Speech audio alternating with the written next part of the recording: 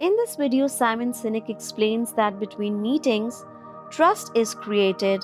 Simon also shared that in order to innovate, particularly with new models, you may at times be required to take a short-term financial hit. Trust in a company is not that dissimilar from trust in our personal relationships and friendships. It's a human experience. It's a feeling.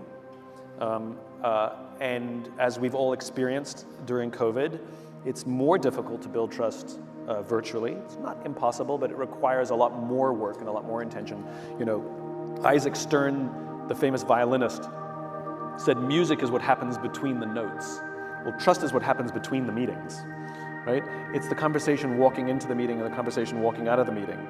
It's the bumping into somebody in the hallway and being like, oh, I meant to tell you. It's the, hey, you want to grab a coffee?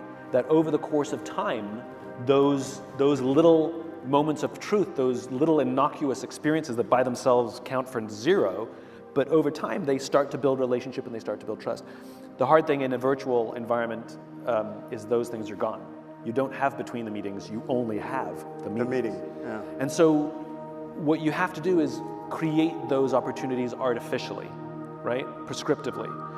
You have to force it to happen. So one easy thing to do that we've embraced in our company is a Monday morning huddle where, it's encouraged that as many people show up as possible. Of course, if you have client stuff, you go do that. But as many people on an operating team come together and just check in with each other.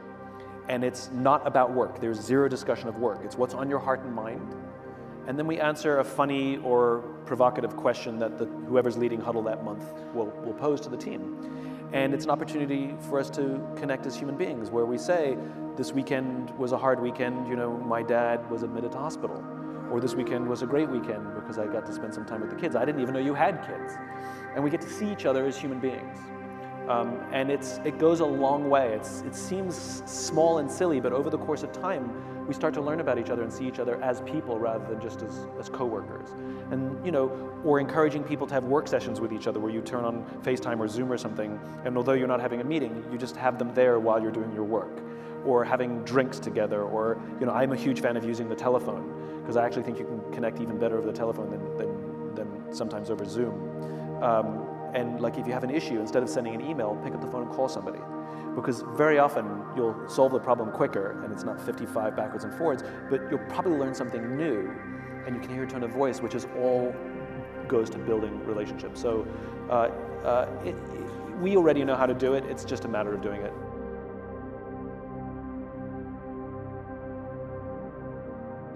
So trust in a company isn't that different from trust in our personal relationships and friendships.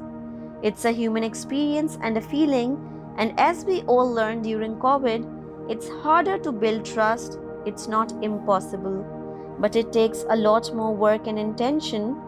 Isaac Stem, a famous violinist, said that music is what happens between the notes. Well, trust is what happens between the meetings. Like my dad was admitted to the hospital, or this weekend was a great weekend because I got to spend some time with the kids. I didn't even know you had kids, and we get to see each other as human beings, and it goes a long way. It seems small and silly, but over the course of time, we start to learn about each other and see each other as people rather than just as co-workers, and or encouraging people to have work session with each other where you turn on some music.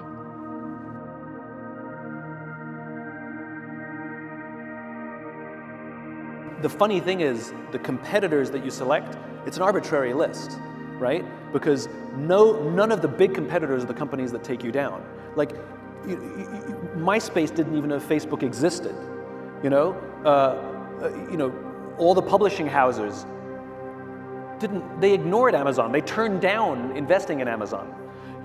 All the movie companies and all the television stations thought Netflix was cute, right? Yeah.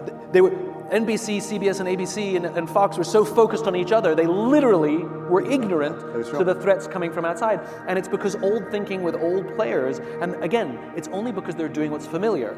You're taking somebody who's a senior executive at a company, who's come up through an industry, who's been doing the same thing for 20 or 30 years, and now you're going to say, stop all of that. There's new ways of thinking. I need you to completely unlearn everything. And it's not that that can't be done, but as human beings, we say to ourselves, well, what I've been doing has worked perfectly fine for 30 years. I think I know what I'm doing. I'm okay, thanks very much. Netflix is such a great example because the then CEO of Blockbuster, remember them? And Blockbuster was the 800-pound gorilla. I mean, it was the only significant national video rental chain in the country, right? Huge company. And we knew this new technology called streaming was available, and it wasn't quite good enough yet, which is why Netflix was experimenting with a new pricing model. If you remember, it was subscription, and you could get the DVDs, keep them for as long as you want, send it back, and then they'd replace them. And then eventually, they knew eventually that would become streaming. And the CEO back then saw that this was significant, and he went to the board and said, I think we should experiment with a subscription model. And the board would not allow him to make that change. You want to know the reason? Because 12% of their revenues came from late fees. Oh, wow. And they were too afraid to lose 12% of their revenues, so instead they lost the whole company. And that's the problem, which is sometimes you have to take a short-term hit to innovate, especially when it comes with experimenting with new models. And the joke was, it wasn't an experiment because another company had already proved that it had validity worth working. That's the folly. The folly was there was no risk. They were just short-term, finite thinkers that were thinking about, all they could think about was losing that 12%.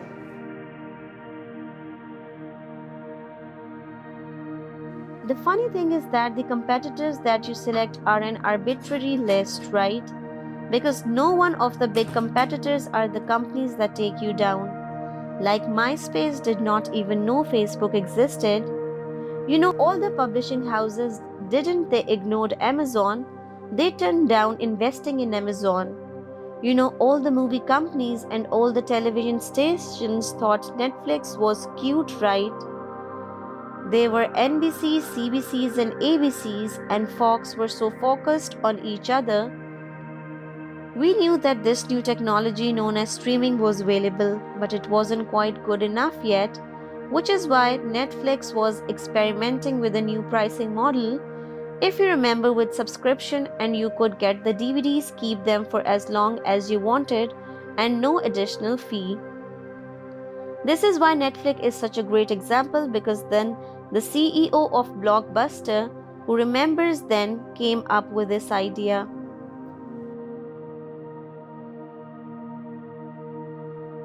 Thanks for watching. Hope you liked the video.